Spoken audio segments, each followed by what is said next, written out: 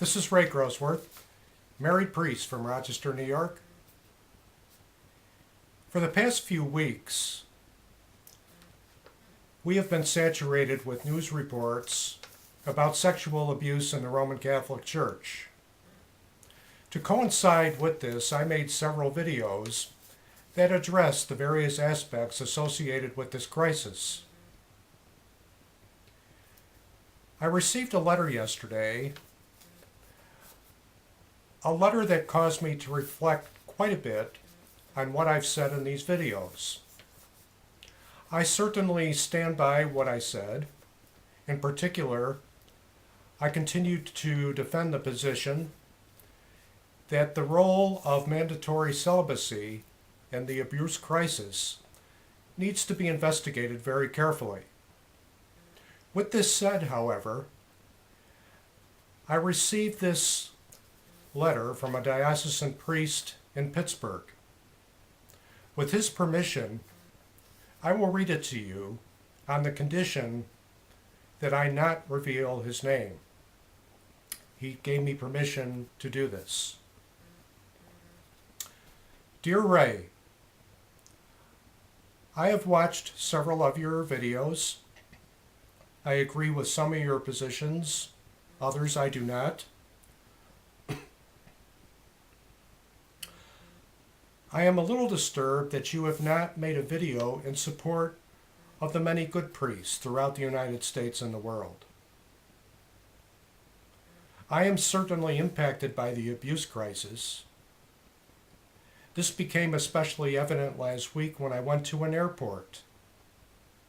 Whenever I fly to another city, I always make it a point to wear my collar because this is who I am. I am a priest and I am proud of it. Yet I now find that I may not be able to wear my collar in an airport or any public place for that matter because people stare. I am certainly not an abuser,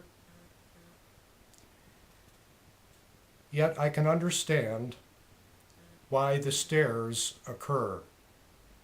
So please consider making a video in support of the many good priests throughout the world.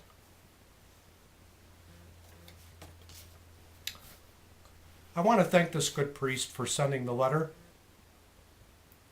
And I do want to state, as I did in one of my videos, that only perhaps 5% of priests throughout the world have been abusers.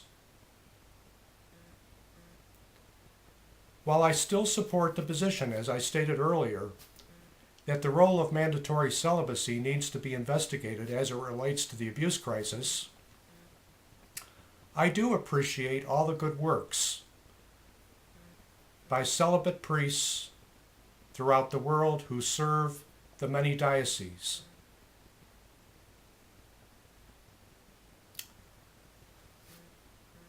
To all the good priests in the world, please continue your good work.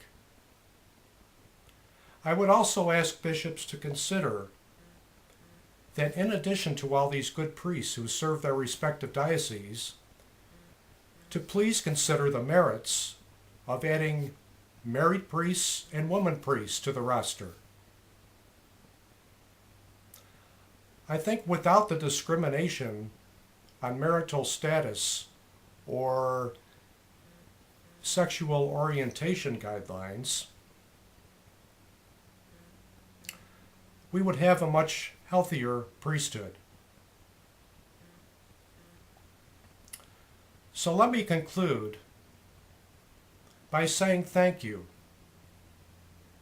to all the good celibate priests and seminarians throughout the world who are doing the work of Christ. I also want to say thank you to all the married priests and women priests throughout the world who are likewise doing good works. I will never forget the wonderful luncheon that I had with the former president of the National Federation of Priest Councils in Manhattan a few years ago. We had a wonderful conversation. The discussion was very frank and very open, and we discussed the merits of a priesthood that could potentially be more inclusive. So let us pray that that inclusive priesthood will come sooner rather than later. God bless.